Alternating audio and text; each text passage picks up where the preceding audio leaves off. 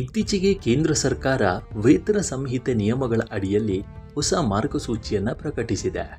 ಅದರಂತೆ ಉದ್ಯೋಗಿಗಳ ವರ್ಕಿಂಗ್ ಸ್ಟೈಲ್ನಲ್ಲಿ ಸಾಕಷ್ಟು ಬದಲಾವಣೆಗಳು ಆಗುವ ಸಾಧ್ಯತೆ ಇದೆ. ಕೇಂದ್ರದ ಈ ಹೊಸ ನಿಯಮವನ್ನು ಜಾರಿಗೆ ತರುವ ವಿಚಾರದಲ್ಲಿ ಖಾಸಗಿ ಸಂಸ್ಥೆಗಳಿಗೆ ಯಾವುದೇ ಒತ್ತಡ ಇರೋದಿಲ್ಲ ಅಂತ ಹೇಳಲಾಗ್ತಿದೆ. ಹಾಗಾದರೆ ಏನಿದು ಹೊಸ ಮಾರ್ಗಸೂಚಿ ಅನ್ನೋದಕ್ಕೆ ಉತ್ತರ ಇಲ್ಲಿದೆ ನೋಡಿ.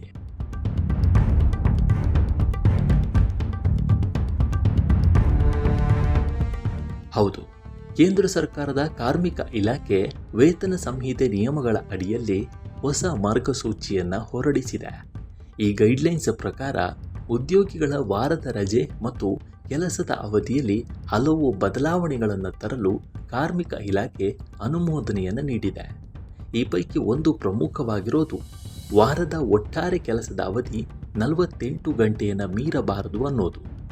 ಇತ್ತೀಚೆಗೆ ಐಟಿ ದಿಗ್ಗಜ ಇನ್ಫೋಸಿಸ್ ಸಂಸ್ಥಾಪಕರಾದ ನಾರಾಯಣ ಮೂರ್ತಿಯವರು ವಾರಕ್ಕೆ 72 ಗಂಟೆ ಕೆಲಸ ಮಾಡಬೇಕು ಅನ್ನುವ ಅಭಿಪ್ರಾಯವನ್ನು ಮಂಡಿಸಿದರು.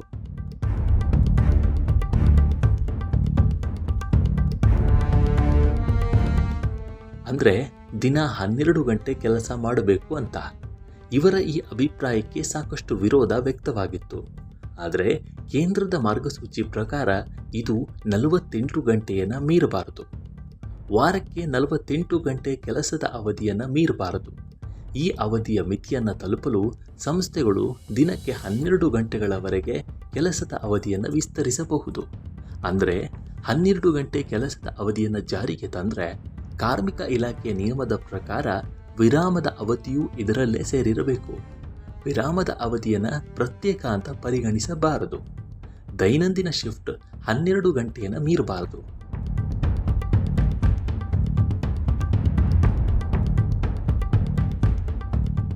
ಹನ್ನೆರಡು ಗಂಟೆ ಕೆಲಸದ ಅವಧಿಯ ಸಿಸ್ಟಮ್ ಪಾಲಿಸುವುದಾದರೆ ವಾರಕ್ಕೆ 4 ದಿನ ಕೆಲಸ ಮತ್ತು 3 ದಿನ ವೀಕ್ಲಿ ಆಫ್ ಇರಬೇಕು. ಇದು ಕೇಂದ್ರ ಕಾರ್ಮಿಕ ಇಲಾಖೆಯ ಮಾರ್ಗಸೂಚಿ.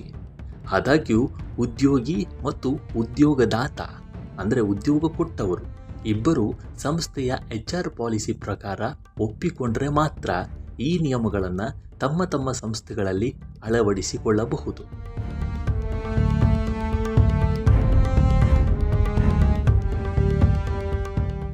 ಇನ್ನು ಹೊಸ ಮಾರ್ಗಸೂಚಿ ಪ್ರಕಾರ ಯಾವ ಉದ್ಯೋಗಿಗೆ ಯಾವತ್ತೂ ವಾರದ ರಜೆ ನೀಡಬೇಕು ಅನ್ನೋದನ್ನು ಎಂಪ್ಲಾಯರ್ ತಮ್ಮ ಡೆಲಿವರಿ ಶೆಡ್ಯೂಲ್, ಪ್ರೊಡಕ್ಷನ್ ಅಥವಾ ಕೆಲಸದ ಡೆಡ್ಲೈನ್ ಪ್ರಕಾರ ನಿರ್ಧರಿಸಬಹುದು.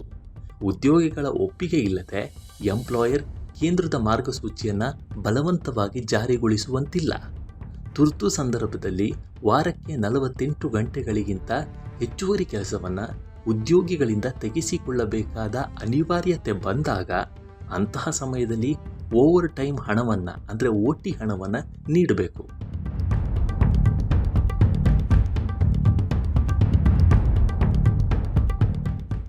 ಇದು ಗಂಟೆಯ ಲೆಕ್ಕದಲ್ಲಿ ವೇತನಕ್ಕಿಂತ ದುಪ್ಪಟ್ಟು ಇರಬೇಕು. ಇಷ್ಟೆಲ್ಲ ನಿಯಮಗಳನ್ನು ಇದೀಗ ಕಾರ್ಮಿಕ ಇಲಾಖೆಯ ಅಡಿಯಲ್ಲಿ ಜಾರಿಗೆ ತಂದಿದ್ದು, ಇದರ ಬಗ್ಗೆ ಈಗ ಪರ ವಿರೋಧದ ಚರ್ಚೆಗಳು ನಡೀತಾ ಇದ್ದು ಮುಂದೇನಾಗುತ್ತೆ ಅನ್ನೋದನ್ನು ಕಾದು ನೋಡಬೇಕಾಗಿದೆ. ಈ ಹೊಸ ಕಾರ್ಮಿಕ ನೀತಿಯ ಬಗ್ಗೆ ನಿಮ್ಮ ಅಭಿಪ್ರಾಯ ಏನು ಅನ್ನೋದನ್ನು ಕಾಮೆಂಟ್ ಮೂಲಕ ತಿಳಿಸಿ. ಮುಂದಿನ ವಿಡಿಯೋದಲ್ಲಿ ಸಿಗೋಣ. ನಮಸ್ಕಾರ.